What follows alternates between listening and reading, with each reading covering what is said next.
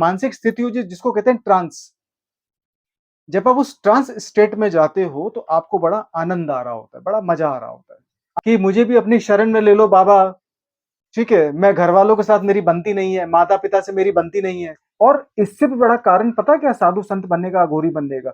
आप लोगों को ड्रग्स लेने की आदत पड़ चुकी है। लेकिन जो आजकल की युवा पीढ़ी को एक जो बुखार चढ़ता है ना कि मैं बाबा बनूंगा, अघोरी बनूंगा, नागा साधु बनूंगा। हर महादेव, जय बजरंगबली। मेरा ये वीडियो उन नए युवा पीढ़ी के लड़कों के लिए है, उन लोगों के लिए है जिनको लगता है कि साधु संत बनना बहुत आसान है। और बात यहाँ पे साधु संत बनने की नहीं है। जब आप साधु संत बनने जैसा शब्द इस्तेमाल करते हो तो ऐसा लगता है कि कहीं ना कहीं आप खुद ही डिसाइड कर रहे हो कि मैं साधु बन जाऊंगा, संत बन जाऊंगा, अघोरी बन जाऊंगा।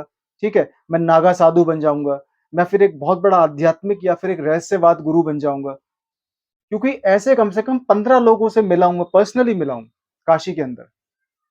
और अपनी पदयात्रा के दौरान भी काफी लोगों से मिला हूं मैं, क्योंकि संत लोग तो पदयात्रा में मिलते रहते हैं। ठीक है, लेकिन जो आजकल की युवा पीढ़ी को एक जो बुखार चढ़ता है ना कि मैं बाबा बनूंगा, अघोरी बनूंगा, नागा साधु बनूंगा, तो भैया इतना आसान नहीं है। ठीक है, और आसानी इसलिए नहीं है क्योंकि आप लोगों की मंशा साधु बनने की नहीं है, आप लोगों की मंशा अघोरी बनने की नहीं है। आप लोगों की जो मंशा होती है ना, वो नागा साधु या सच्चा संत बनने की नहीं है। आप लोगों की मंशा होती है कि कम से कम आप सामाजिक जिम्मेदारियों से भागोगे। और इससे भी बड़ा कारण पता क्या साधु संत बनने का, अघोरी बनने का? आप लोगों को ड्रग्स लेने की आदत पड़ चुकी है। मैंने खुद ऐसे कई लोगों से मुलाकात करी है काशी के अंदर, जो है तो अच्छे अखाड़ों से, लेकिन उनको चीलम चाहिए हर वक्त। मुझे नहीं लगता कि किसी सच्चे संत को या किसी साधु को या किसी महात्मा पुरुष को किसी और चीज पे डिपेंड होने की जरूरत है या उनको कोई और नशा करने की जरूरत है। मेरे पास रिकॉर्डिंग है बकायदा। मेरे पास आधे घंटे की रिकॉर्डिंग है किसी संत के साथ जो मेरे से बहस कर रहे हैं। और वो है मतलब साधु संत, क्योंकि उन्होंने पूरी अपनी वेशभूषा वगैरह बिल्कुल वैसी ही बना रखी, लेकिन फिर भी उन लोगों ने अपना जीवन त्याग पे दे रखा है, वो अलग चीज है, उनके बारे में कोई टिप्पणी नहीं है। उनके पास बैठे जो लौंडे लपाड़े होते हैं, उनके पास जो लड़के बैठे होते हैं ना कि मुझे भी अपनी शरण में ले लो बाबा। ठीक है, मैं घर वालों के साथ मेरी बनती नहीं है, माता पिता से मेरी बनती नहीं है, भाई बहनों से मेरी बिल्कुल भी नहीं बनती। ठीक है, और मेरा दिल महात्मा मतलब देवादिदेव महादेव की तरफ बहुत खींचा चला जाता है। और साथ ही साथ वो चीलम भी मार रहे होते हैं। मतलब ये बताते वक्त वो चीलम भी मार रहे हैं, ये बताते वक्त वो नशा भी कर रहे हैं। ठीक है, अब नशा नशा होता है क्योंकि उससे डोपामाइन रिलीज होता है, चाहे आप अल्कोहल ले लो, चाहे आप टोबैको यूज कर लो, चाहे आप चीलम यूज कर लो, चाहे कोई और ड्रग यूज कर लो। सवाल यहाँ पे ये होता है कि आप जब किसी ड्रग को लेते हैं, जब आपके माइंड के अंदर डोपामाइन रिलीज होता है, तो आप जिस ट्रांसेंडेंटल स्टेट में जाते हो, ट्रांसेंडेंटल स्टेज यहाँ पे यूज करना सही नहीं है। एक मानसिक स्थिति हो जिसको कहते हैं ट्रांस। जब आप उस ट्रांस स्टेट में जाते हो तो आपको बड़ा आनंद आ रहा होता है, बड़ा मजा आ रहा होता है। आनंद भी नहीं कहूंगा, आपको मजा आ रहा होता है, क्योंकि आनंद तो होता है परमानेंट। ठीक है, आनंद की जो स्थिति होती है बुद्धि की, चेतना की, वो परम होती है, वो सदा के लिए होती है, वो टेम्परेरी नहीं होती। लेकिन जैसे ही कुछ लड़कों का ड्रग्स का, चीलम का और किसी और चीज का नशा जब नीचे उतरता है, ठीक है, तो फिर दोबारा उस ड्रग्स को या चीलम को या उस टोबैको को यूज करने की कोशिश करते हैं। तो वो टेम्परेरी मजा होता है, और उस मजे के दौरान वो ये कह रहे होते हैं कि बाबा मुझे अपनी शरण में ले लो, मेरी इस दुनिया वालों से नहीं बनती। अरे मैं कह रहा हूं कि भाई तुम जैसे लड़कों की साधुओं से भी नहीं बनेगी। वो इसीलिए कि आप लोगों को जो ये तो बुखार चढ़ता है ना, ये जो फीवर चढ़ता है साधु बनने का, अघोरी बनने का और जटा बढ़ाने का। देखा मैंने कई लड़कों को जटा बढ़ा लेते हैं। जटा बढ़ाना फिर भी कहीं ना कहीं आसान है भाई, अपनी इंद्रियों पे कंट्रोल करना मुश्किल होता है। ठीक है, अगर आपको साधु संत बनना है तो पहले तपस्या करो, पहले अपने शरीर को, आपको मन, अपने मन को कंट्रोल करो, अपनी इंद्रियों को अपने वश में करना सीखो। ठीक है, थोड़ा बहुत ग्रंथों के बारे में पढ़ो कि ग्रंथों में क्या लिखा है साधु संतों के बारे में या गौरियों के बारे में।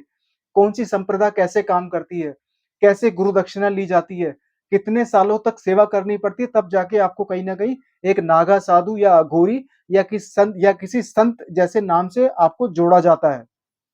सिर्फ ड्रग्स लेने से, चीलम भरने से, तम्बाकू पीने से और अल्कोहल पीने से कोई साधु नहीं बनता। और मैं ऐसे साधुओं को साधु मानता भी नहीं हूं जो ड्रग्स लेते हैं।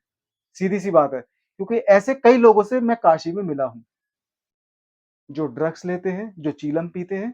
ठीक है, और जो कहीं ना कहीं किसी चीज के एडिक्टेड होते हैं, और इस एडिक्शन के बाद वो लोग अपनी वाणी पे भी कंट्रोल करना भूल जाते हैं।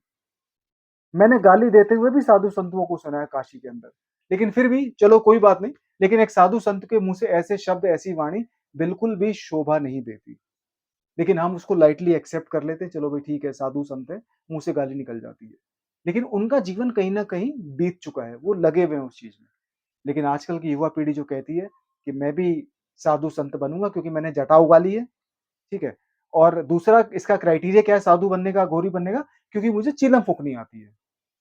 ना तो आप लोग अपने घर परिवार की ज़िम्मेदारी के किसी लायक रहे और साधु संत बनने के तो आप बिल्कुल भी लायक नहीं हो, ठीक है? जो इंसान अपनी सामाजिक ज़िम्मेदारियों से भाग रहा हो, जो इंसान अपने माता-पिता की सेवा ना कर चुका हो, जिस इंसान ने थोड़ा बहुत भी जीवन ना देखा हो समाज का, कि समाज में कैसे उठते-बैठते हैं, कैसे मतलब बोलचाल रखते हैं, समाज क्या कहता है, कैसे सामाजिक ढाँचा काम करता है, ऐसे लोगों के लिए साधु संतों की जो जो वाणी होती है, जो उनका सानिध्य होता है, जो उनकी कंपनी होती है, उससे भी कोई फ़र्क नहीं पड़ता।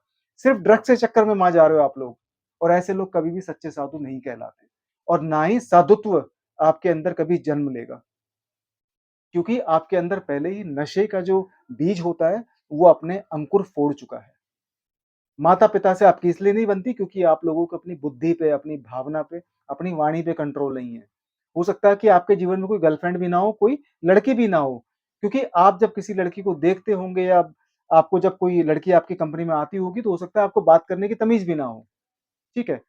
और आजकल की जो ये युवा पीढ़ी है ना, ये साधु बनने के चक्कर में इसलिए लग जाती है कि उनको पता है कि कहीं न कहीं मैं जॉब भी नहीं कर पाऊँगा भैया, मेरे बस की काम करना भी नहीं है। क्योंकि कॉर्पोरेट लाइफ के अंदर 2-4 साल, 15-20 साल बिताना किसी अच्छे खासे हर किसी के बस की नहीं है। हर एक व्यक्ति संघर्ष करके जीवन बिताता है अपना। अगर आप इन सब चीज़ों से भाग के अगर साधु बनना चाहते हो, तो आप अपने आप को जीवन के सबसे बड़े धोखे में डाल रहे हो। ना तो आप ढंग के इंसान बन पाए, ठीक है? ना आप ढंग के पुत्र बन पाए, ना आप ढंग के बॉयफ्रेंड या हस्बैंड बन पाए और ना ही आप अच्छे साधु संत, ना ही आप अच्छे व्यक्ति बन पाए। तो आप कहीं के भी ढंग के नहीं रहोगे। सिर्फ़ आपका उद्देश्य साधु बनने का और अघोरी बनने का इतना है कि आपको ड्रग्स चाहिए, आपने जटा बढ़ा ली है, जटा बढ़ाना भैया अपने बाल कटवाओ मत, ठीक है? कोई प्रोसीजर होता है उसका जटा बढ़ाने का, आप जटा बढ़ा लो और बैठ जाओ एक जगह धूनी लेके, ऐसे साधु नहीं बनते भैया, उसके लिए ग्रंथों का भी अध्ययन करना पड़ता है। मैं जितने भी सच्चे साधुओं से मिला हूँ, मैंने उनकी तपस्या देखी है और मैंने ऐसे-ऐसे साधु संत देखे जिनकी तपस्या को मेरा भैया नमन है। धूप के अंदर तपते हुए देखा है मैंने अग्नि के आगे बैठे हुए। ऐसे साधु संतों को भई मेरा प्रणाम है, ऐसे साधु संतों को मेरा कोटि-कोटि नमन है। लेकिन आप जैसी युवा पीढ़ी के बस की नहीं है ये सब। तो कुल मिला के पहले अपने माता-पिता के प्रति जो ज़िम्मेदारियाँ हैं, उसको निभाओ। समाज के प्रति जो ज़िम्मेदारियाँ हैं, पहले उसका निर्वहन करो, ठीक है? उसके बाद अपने आप को समझो, अपनी इंद्रियों को समझो, थोड़ा-सा ग्रंथों को समझो, उसके बाद कहीं जाके किसी गुरु की या किसी संप्रदाय की सेवा करो। तब जाके आपको कहीं न कहीं पद्धति मिलेगी कि हाँ, आप साधु संत हैं, आप अघोरी हैं। ऐसे चिलम भरने से और जटा बढ़ाने से कुछ नहीं होगा, मैं लिख के दे सकता हूँ। हर हर महादेव, जय बजरंगबली।